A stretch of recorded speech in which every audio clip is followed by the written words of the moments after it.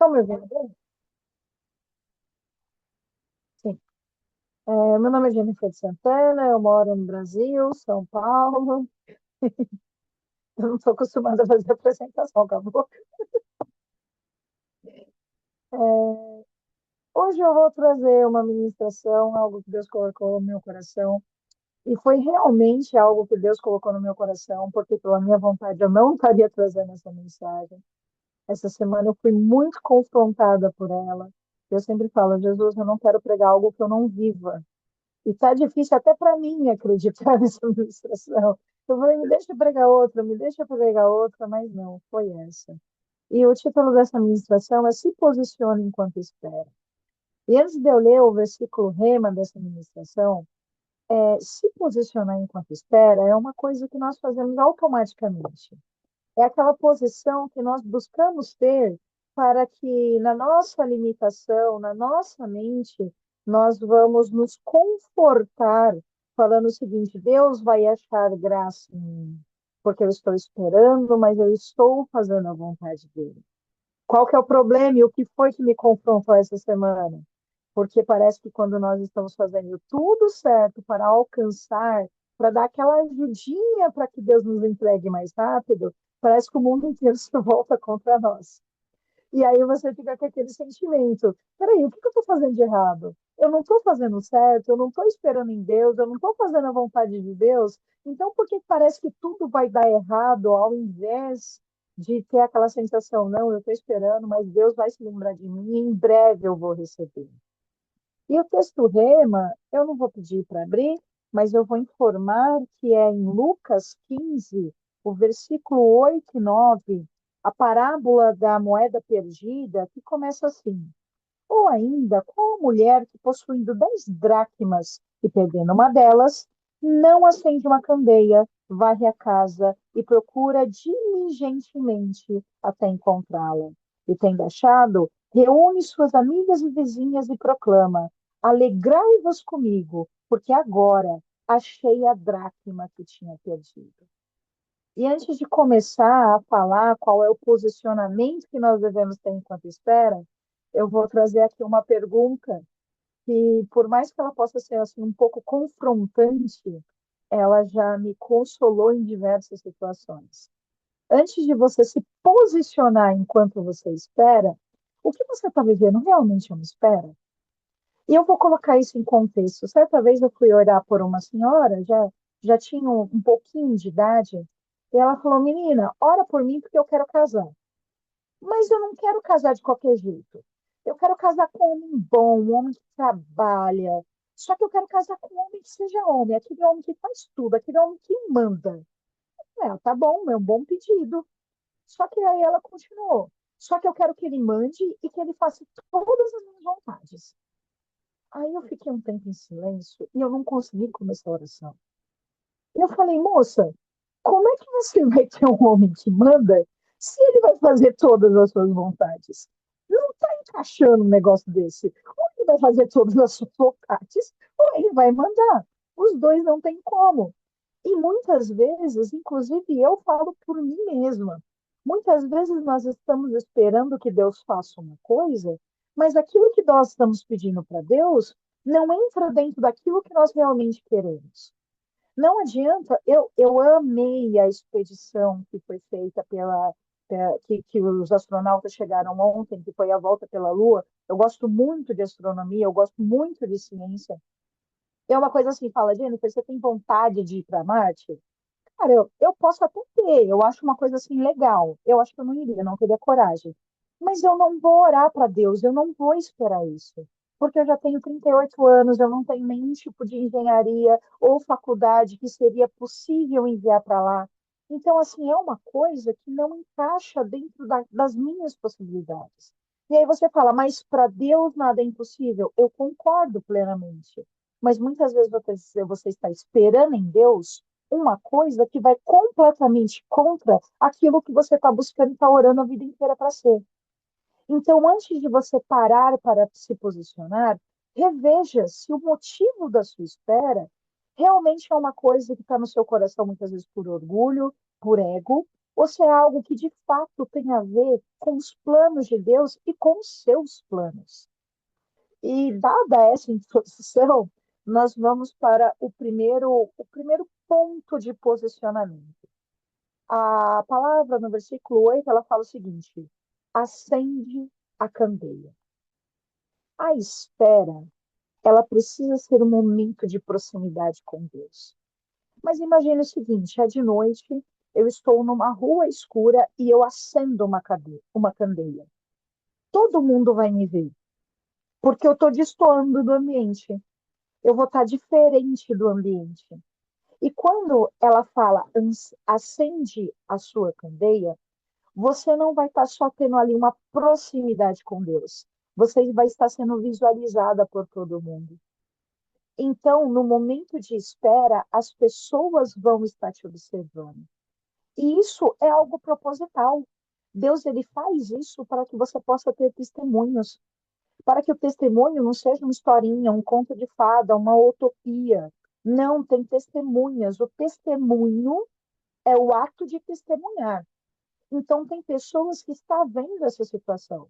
Elas podem estar vendo de perto, elas podem estar vendo de longe, mas ela está ali observando. E isso é uma coisa que confronta os nossos corações.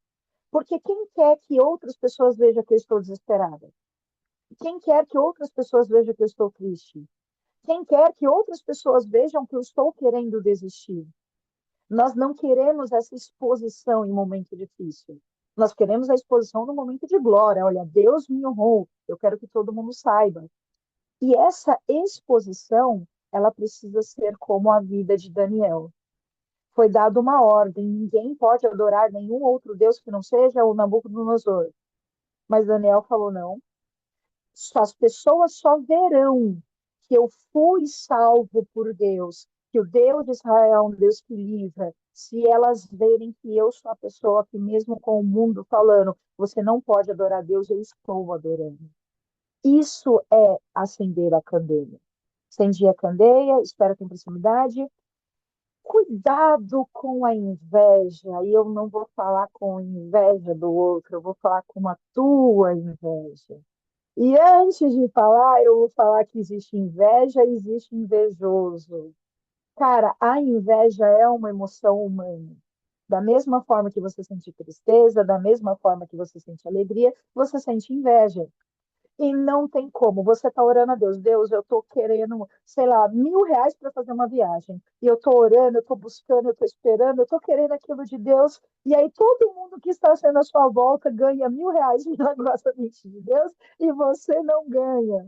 E aí tem aquele momento, mas Deus, essa pessoa nem ora. Mas Deus, olha o testemunho dessa pessoa, a vida que essa pessoa leva, porque ela está recebendo o que eu quero receber. E tome muito cuidado com isso, porque os planos de Deus, eles são de Deus. E Deus não conta os planos que ele tem sobre você para qualquer uma pessoa. Às vezes ele pode contar para que isso sirva como uma confiança de que Deus está confirmando que tem aquilo para você. Mas você não sabe o que de fato Deus preparou para aquela pessoa, como que preparou para aquela pessoa. E eu sempre falo, as pessoas elas veem a parte da minha vida que eu demonstro. As pessoas não veem a parte da minha vida que eu não demonstro.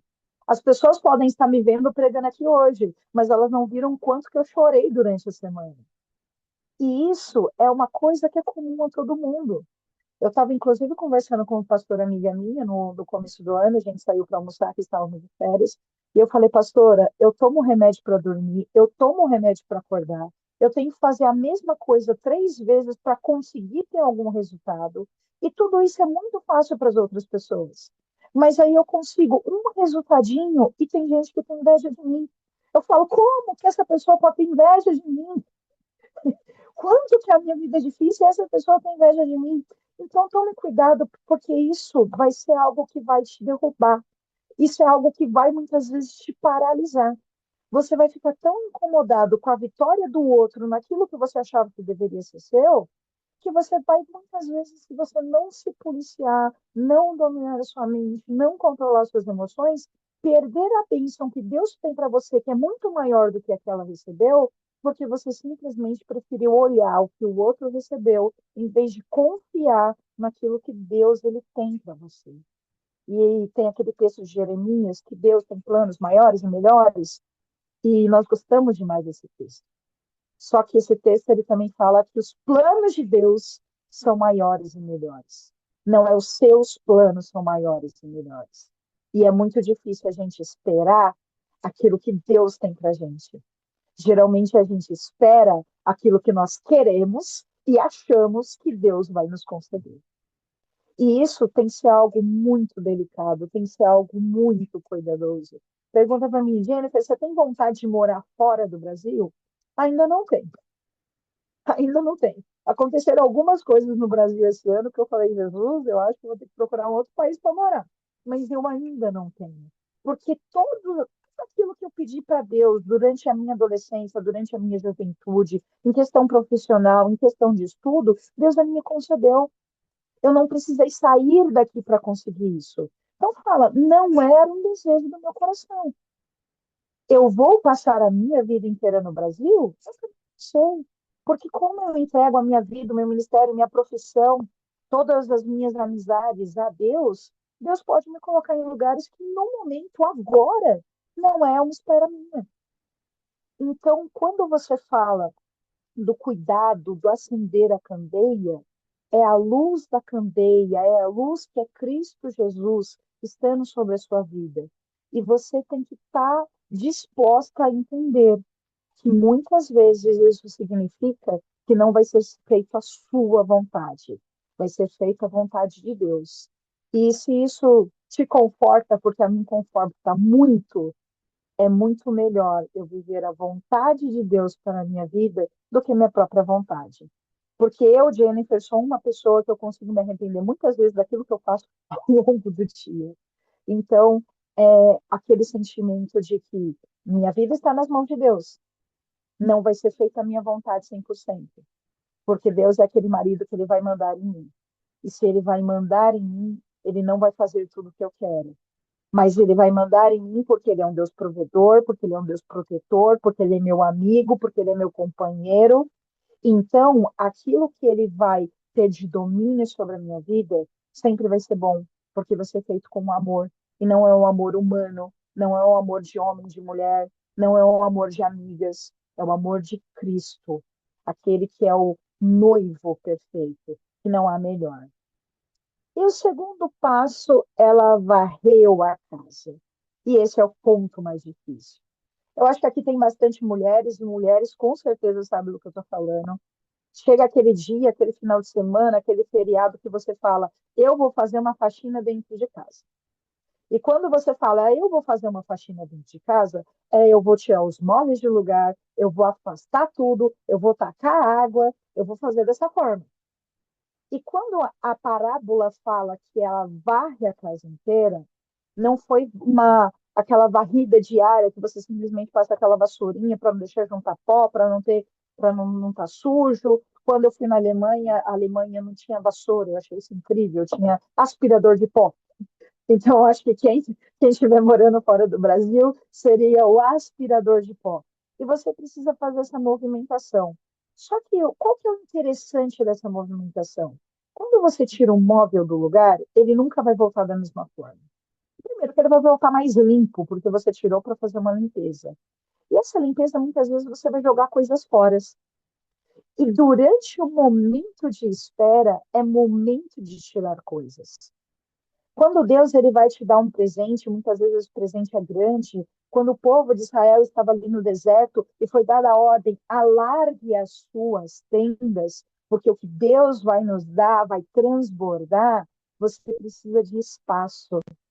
E muitas vezes, nesse momento de espera, você vai ter que arrumar espaço que estava sendo ocupado por rancor, que estava sendo ocupado por mágoa. Imagina se Deus ele pega e ele te tira de uma situação em que as suas emoções estão totalmente destruídas e ele te honra. Você dificilmente vai honrar Deus de volta, porque você vai pegar essa bênção que Deus te deu para atacar na cara do outro, para falar, eu consegui, peraí, mas não foi você que conseguiu, foi Deus que te deu. Muitas vezes você vai pegar isso para menosprezar outras pessoas. Muitas vezes Deus vai te dar uma honra, e em vez de você honrar outras pessoas que estão debaixo da tua mão, você vai ser soberbo. Então, quando ali a parábola fala varre a casa, tira as coisas de lugar, joga alguns móveis fora, joga algumas coisas que não podem mais pertencer à tua vida. Você não está ali só procurando a dracma perdida. Você está ali fazendo uma repaginagem no seu coração, na tua casa. Então, esse varrer, ele é muito mais do que simplesmente você procurar com afinco, você procurar debaixo de coisas, procurar debaixo de móveis, debaixo de tapetes. É muito mais, espera aí, será que isso daqui precisa? Muitas vezes você vai encontrar, sei lá, uma carta de uma amiga que você já não fala há muito tempo, e você vai falar, por que eu não falo com essa amiga? Será que ela está bem? Será que Deus não me fez lembrar disso para eu falar com ela e reacender essa amizade? Ou talvez nesse momento da minha vida eu estou esperando, eu estou ansiosa porque eu estou esperando, mas Deus quer me usar para trazer uma palavra de conforto para ela, para me aproximar dela, para ajudar outra pessoa. Então, quando a parábola ela fala, varre, varreu a casa inteira, quando você tiver esse momento de espera, eu estou esperando na minha vida emocional, na minha vida profissional, na minha vida financeira, mas faz ali um realinhamento da tua vida. O que é que de fato você precisa melhorar? O que de fato você precisa deixar? O que de fato você precisa aproximar? Isso é um passo importantíssimo da espera. Porque muitas vezes você está esperando algo na sua vida ministerial e você nem se lembra de algumas coisas. Mas quando você se afasta de algumas pessoas, quando você se aproxima de outras pessoas, e não com segundas intenções, e não por puro interesse, Deus ele vai te responder aquilo que você está pedindo através de outra pessoa que não estava no seu ciclo. Ou de uma pessoa que muitas vezes o ser humano ele é enganoso. Eu sou advogada e eu faço abertura de empresas, eu dou assistência jurídica para empresas, e muitas vezes você vê algumas coisas que, de fato, eu não vou contar por dois motivos. Primeiro, pelo sigilo profissional. Segundo, porque eu, como cristã, me envergonho. Falo, como que isso aconteceu dentro de uma igreja? Como que pessoas tiveram capacidade de fazer isso dentro de uma igreja? Um momento está em cima do altar, no outro momento está fazendo traições que nem pessoas que não têm temor a Deus têm coragem de fazer algo desse tipo. Então, nós devemos sim confiar no ser humano, nós devemos sim amar o ser humano, mas nós não devemos colocar a nossa confiança no homem, porque o coração humano ele é traiçoeiro e ele pode sim se render aos desejos malignos. Então, tome cuidado, varra a casa com afinco. Traga para perto aquelas pessoas que estão afastadas por poeira, mas que precisa estar à vista dentro do seu coração. E afaste aquilo que já não cabe mais dentro do seu propósito. Não é para você ser aquela pessoa revoltadinha que briga com todo mundo, que faz tempestade em copo d'água. Não, mas algumas pessoas você tem que dar aquele bom dia, aquele boa tarde, aquele a paz e mais nada. Não trazer para dentro da sua casa. Nós estamos indo para o último ponto. Eu nem perguntei qual que é o meu tempo. Se eu tenho tempo mínimo, se eu tenho tempo máximo. Vamos lá. O terceiro ponto é procurar diligentemente. E procurar diligentemente é mais difícil. Eu sempre falo, se você precisa de uma bênção financeira, você precisa entender de finanças. Se você quer uma bênção emocional, seja no relacionamento amoroso, seja no cuidado que você tem com o filho que possa estar te dando trabalho, você tem que ter entendimento. Na minha biblioteca aqui atrás tem um livro que é Como Não Ser um Idiota. Eu estava andando no shopping e aí eu entrei na livraria e eu vi esse livro, Como Não Ser um Idiota. Eu falei, mano, eu preciso comprar esse livro, porque é um livro que o título dele, eu comprei o livro literalmente pela capa. E quando você abre o livro te ensina a dar bom dia, a falar com pessoas, uma educação básica, que eu falo, eu realmente estava precisando desse livro. Então, quando você está esperando o procurar diligentemente, é você tratar de você mesmo. Aqui não tem tantas pessoas jovens, é que eu costumo. Não estou chamando ninguém de velho, pelo amor de Deus. Mas eu acho que a grande maioria das pessoas aqui já são casadas. E eu estou acostumada a falar com jovens solteiras. Era isso que eu quis dizer. Ficou feia a minha frase, mas eu já me corrigi. Mas muitas vezes, quando você está falando com jovens solteiras, você fala, cara, se você está querendo um relacionamento, talvez você tenha que investir um pouco mais no seu cabelo, na sua unha. Isso é um diligentemente. Você está querendo saber de finanças? Você sabe o que que é dívida? Você sabe o que que é renda? Você está querendo uma vida profissional? Como é que tá? Eu tenho uma deficiência muito grande com o meu inglês. Eu aprendi a falar espanhol sozinha. Às vezes eu falo mal porque faz muito tempo que não tem ninguém de língua hispânica para conversar comigo, mas eu aprendi a falar sozinha, eu aprendi a falar muito bem. Então, assim, o inglês me atrapalha, porque eu tenho bloqueio com o inglês. Eu tenho facilidade com o que vem do latim. O inglês não veio do latim, isso complica muito a minha vida. Mas é algo que eu sei que eu preciso correr atrás, porque eu já perdi ótimas oportunidades por conta disso. Muitas vezes você está querendo ali o trato com o seu filho, mas você quer se relacionar com o seu filho da mesma forma que os seus pais se relacionavam com você. E talvez os seus pais eles tiveram uma excelente educação, um excelente relacionamento, eu não estou questionando isso. Mas os jovens de hoje, eles são diferentes, e muitas vezes a gente não entende isso. As igrejas de hoje, elas são diferentes, e muitas vezes a gente não entende isso. As igrejas de 30 anos atrás, elas eram muito autoritárias. E eu não estou falando que uma igreja ela não deve ser autoritária, uma igreja ela deve exortar. Você está em pecado, você não pode exercer sua função. Isso é a função da igreja. Só que o que aconteceu? O mundo hoje, ele tem mais acesso à informação. E o mundo hoje sabe o que é abuso emocional, sabe o que é superexposição. Aí você fala, é uma igreja dodói. Não, é uma igreja que não aceita mais violação de direitos humanos. E isso é uma coisa que precisa ser tratada.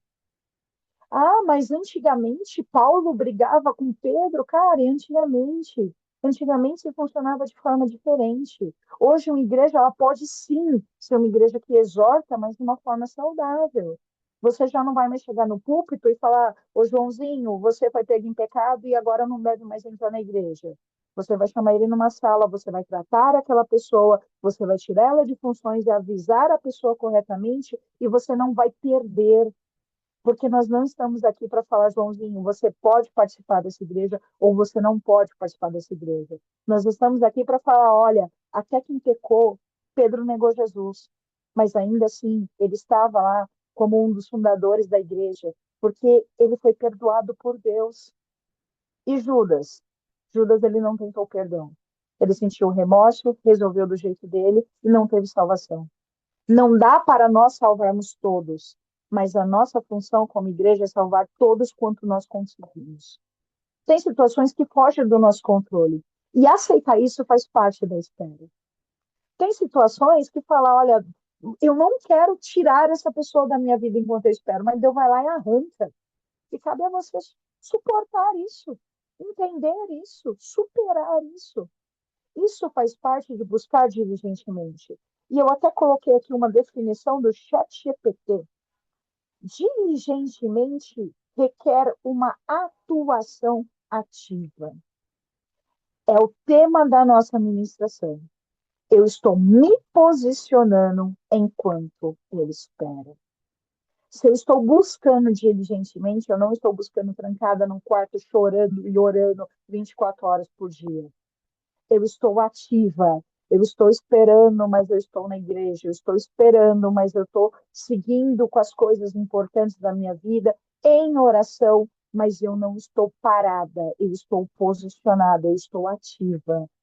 Só que o diligentemente, ele também exige uma regra, que é a boa fé. E essa boa-fé, eu vou trazer aqui para o âmbito jurídico, é quando eu estou esperando uma prova contra uma pessoa, mas eu vou procurar para encontrar essa prova. Eu não vou forjar essa prova, eu não vou mentir essa prova, eu não vou trazer falsas testemunhas para essa prova. Essa boa-fé é quando eu estou, sim, querendo me tornar uma pastora, uma missionária, mas eu não vou derrubar ninguém para chegar nessa posição. Deus ele pode me levantar e levantar o irmão que está do meu lado ao mesmo tempo.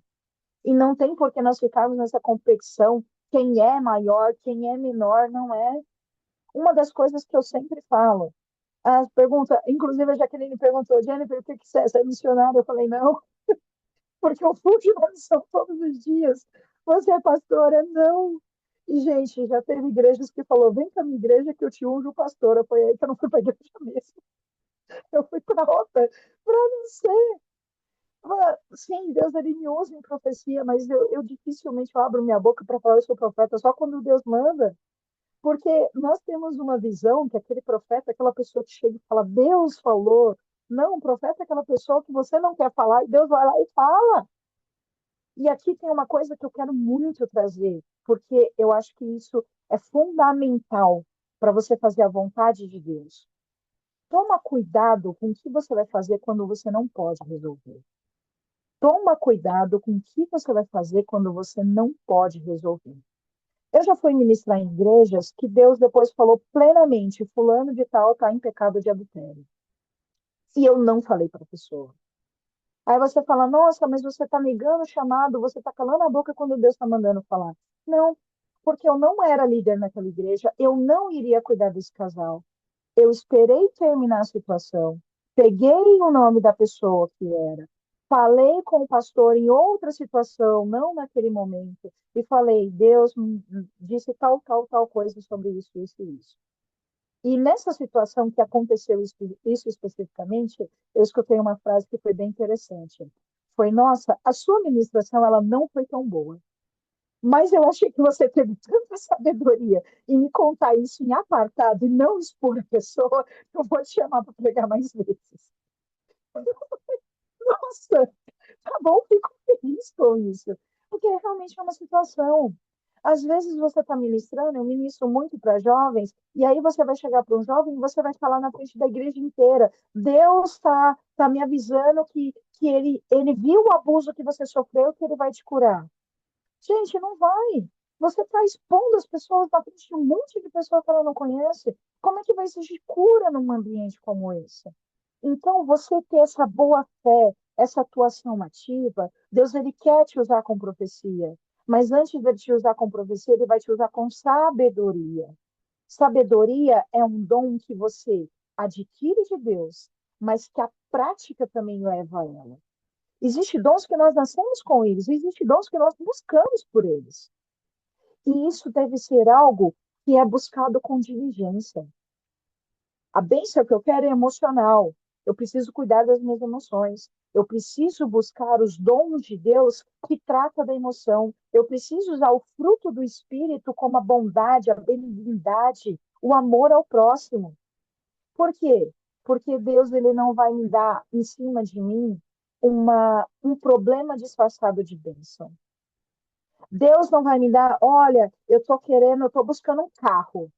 Aí Deus vai me dar um carro de 300 mil que eu não consigo pagar nem a primeira parcela. Não foi Deus.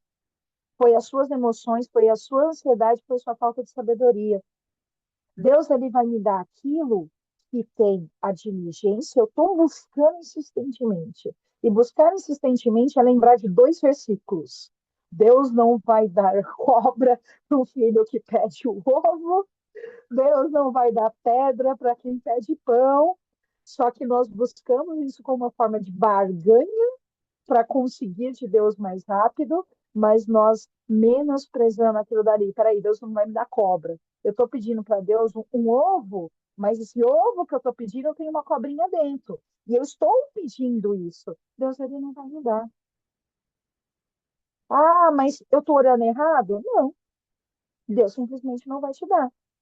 Ah, mas eu não estou sendo diligente o suficiente? Não. Simplesmente Deus não vai te dar. Então, tome cuidado para você não se posicionar como moeda de troca. Deus, ele te dá o que ele quer, senão você precisa fazer nada por isso.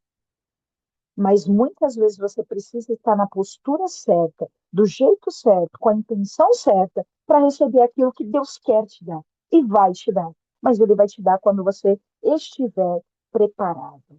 E aí, finalmente, nós chegamos no último ponto. Ela recebeu. E quando ela recebeu, é quase que uma obrigação você comemorar, você chamar os seus vizinhos, as suas vizinhas, chamar as suas amigas. Essa comemoração, ela faz parte de algo que agrada a Deus. Todos os começos de anos, eu gosto muito fazer uma comida de ação de graças. Eu gosto muito de chamar algumas pessoas que durante aquele ano estiveram muito próximas de mim, me ajudar em diversas situações, ou algumas pessoas que Deus tem colocado no meu coração que quer para eu ter mais proximidade, e eu faço um almoço, eu faço um jantar, faço um churrasco e chamo aquelas pessoas. São poucas pessoas sentadas à mesa, Mas isso é algo que, para mim, é muito importante. E isso é algo que, para mim, Deus sempre abençoou muito. Muitas vezes a gente reclama da semana difícil, reclama do mês difícil, reclama do ano difícil, reclama da falta de dinheiro, mas nós não fazemos coisas simples que agradam a Deus. Se você for parar para ver Jesus como homem, uma das suas maiores alegrias era sentar. Ele tinha um dia difícil, os fariseus estavam em cima dele, tentavam armar contra ele, mas Deus estava sentado com os discípulos, conversando, falando, ensinando, brigando, mas Deus estava lá, Jesus estava lá. E isso é uma coisa que nós precisamos praticar. Eu sou uma jovem senhora de 90 anos, eu sempre digo isso. Fala assim, Jennifer, o que te deixa feliz? Pegar um chá da tarde, sabe? Eu não sou inglesa, não tenho descendência inglesa, minha descendência é nordestina, mas eu gosto de um chá da tarde. Se sentar com uma, duas, três pessoas, fazer aquele café, fazer aquele bolinho, aquele pãozinho com presunto e queijo, é uma coisa que para mim é melhor do que terapia, é melhor do que a medicação, funciona bem pra caramba. E muitas vezes as pessoas que sentaram à minha mesa foram pessoas que no futuro me traíram. Mas ainda assim, eu continuo fazendo. Por quê? Porque essa alegria, essa comemoração é maior do que as pessoas que me feriram. Eu acho que essas pessoas não voltam a sentar na minha mesa, mas ainda assim é uma prática que eu não abandono. E nós precisamos ter essa alegria. Olha só, ela tinha 9 dracmas, ela perdeu só uma. Ela tinha 9, ela perdeu 10%. Ela perdeu uma fração. Mas ainda assim ela foi lá, ela buscou, e quando ela encontrou, ela comemorou. A comemoração ela precisa fazer parte da nossa vida. Tem uma coisa que eu, Jennifer, faço, no Brasil nós temos o 13º, eu preferia ter um salário maior que o 13º, mas não estou reclamando, graças a Deus, eu tenho meu 13º, e eu aprendi numa convenção dessa de empresários, que é muito coach. Não vamos nem falar que tem algo a ver com a Bíblia, porque não vejo relação, mas é algo que para mim faz muito bem. Ele falou o seguinte, cara, vai numa cafeteria e toma o café mais caro da tua vida. E uma vez por ano eu gosto de fazer isso. Aqui em São Paulo a gente tem a Paulista, que tem ótimos restaurantes, tem também belíssimas padarias aqui em Suzano, em Mogi. E eu gosto de eu ir e tomar um café de, lógico que não é só o café, mas um bolinho, mas que seria equiparado no Brasil a uns 20 euros. Eu acho que é isso, mais ou menos uns 100 reais. Que é um café muito caro. Você vai em qualquer padariazinha, você consegue, por menos de 10 reais, tomar um café, pegar um bolinho na chapa. Mas por que eu gosto disso? Porque você começa a ter visão diferente. Você começa a ver coisas novas. Você começa a sentir coisas novas. E tem uma frase na Bíblia que eu já estou finalizando, que é a frase que molda a minha vida. Por que eu gosto tanto de astronomia? Primeiro, eu sou cientista, eu sou formada em química. E eu acredito que o Big Bang ele está na Bíblia. As pessoas ficam com essa briga, é ciência ou Deus, é ciência ou Deus. Não, a ciência explica aquilo que Deus fez. E há uma frase que fala o seguinte: as coisas que Deus tem preparado para vocês, o seu coração, o seu olho não viu, e o seu coração não sentiu, o seu ouvido não ouviu. E eu falo, eu vou dar trabalho para Deus, porque eu imagino tudo.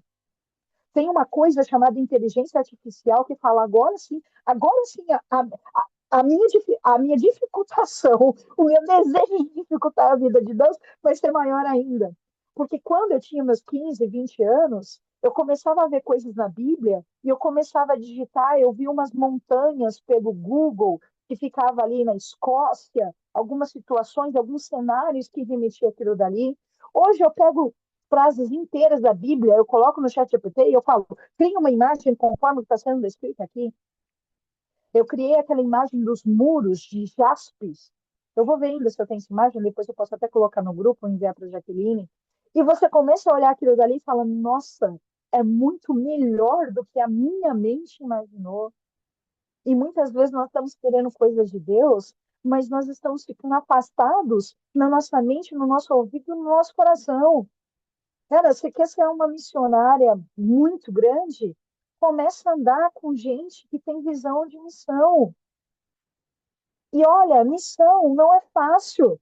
Não vai achando que é você andar de aviãozinho, chegar na África, chegar na Europa, trazer uma administração. Missão não é fácil, você tem guerra espiritual, guerra financeira, guerra de inveja, você tem guerra de tudo.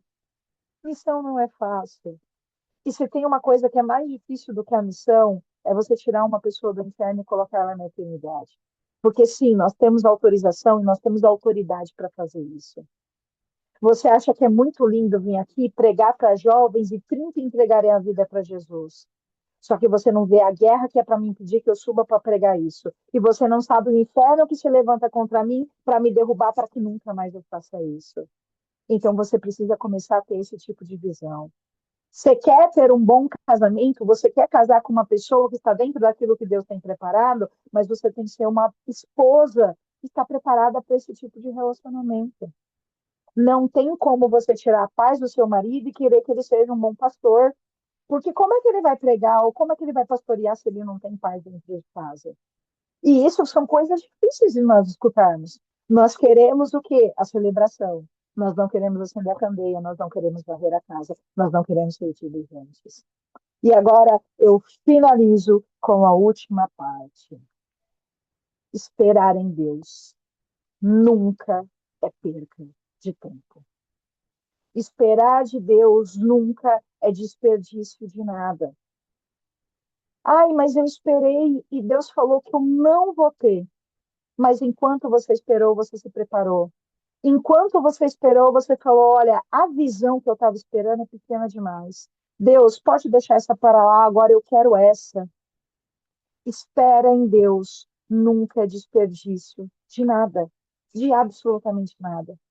Então, talvez você não escutou nessa ministração alguém dizer: olha, aquilo que você está esperando, Deus manda dizer que vai te dar em tal prazo. Você não escutou isso, mas você escutou que vale a pena continuar esperando aquilo que Deus realmente tem preparado para você. Vale a pena você muitas vezes chorar por alguma coisa, mas você vai comemorar, você vai ter pessoas perto de você que vão junto com você festejar, porque foi difícil, mas você conseguiu. São situações, são situações. Triste história de vida que a irmã contou, uma serva que toda a vida esteve perante Deus, adorando a Deus com louvores. E aí a gente lembra daquela passagem do rei Ezequias, que os três reinos se levantaram contra ele, que ele ficou doente. E o que aconteceu com ela? Ela teve uma enfermidade que fala: Deus, por que eu fiquei doente? É o nosso primeiro pensamento no nosso coração. E aí a pessoa que deveria estar do lado dela para prestar mais apoio, a deixa. Mas ela tem a opção de continuar esperando em Deus. Esperar em Deus nunca vai ser uma obrigação, é uma opção. Só que a Bíblia, ela prova que todos aqueles que esperam foram felizes, porque Deus, ele não desampara aquele que depende dele. E com isso, minhas irmãs, eu faço uma oração, irmãos que estão presentes, e eu finalizo a minha fala. Jesus, em teu nome eu oro por cada pessoa que está aqui. Senhor, por cada pessoa que tem esperado em Ti, por cada pessoa que tem buscado em Ti, por cada pessoa que se posicionou essa manhã em ser uma pessoa que vai acender a candeia, que vai varrer, que vai procurar diligentemente, mas que também vai glorificar. Senhor, eu glorifico porque muitas coisas eu, Jennifer, tenho esperado. Mas, Senhor, quantas coisas eu também conquistei. Quantas coisas o Senhor já me deu. Senhor, eu posso estar esperando a dracma perdida, mas eu tenho 9 que foram concedidas por Ti. Isso é motivo de alegria ao meu coração. Senhor, eu não tinha nada, eu não tinha inteligência, eu não tinha recurso financeiro, eu não tinha capacidade em âmbito nenhum. E quantas faculdades, quantas pós-graduações eu tenho hoje, pela tua mão, não pela minha. Senhor, eu não tinha condições de fazer coisas mínimas. O Senhor sabe que até os 12 anos de idade eu não sabia falar, e hoje eu consigo pregar e levar a tua palavra pelo Evangelho. Senhor, grandes coisas o Senhor me concedeu, porque eu esperei. Nem sempre eu esperei pacientemente, nem sempre eu esperei confiando em Ti, nem sempre eu esperei sem murmurar, mas o tempo me levou a aprender a esperar em Ti. E o que eu peço a Deus é que todos aqueles que estão aqui possa, Senhor, ter a graça do seu Santo Espírito, a sabedoria que vem do alto para fazer o correto enquanto espera e que alcance. E, Senhor, que tudo aquilo que for possível abreviar os dias, todas as promessas que for possível abreviar os dias, o Senhor possa estar liberando do céu, concedendo e abençoando cada pedido de cada coração. Esse é o clamor que eu te faço, em nome de Cristo Jesus. Amém.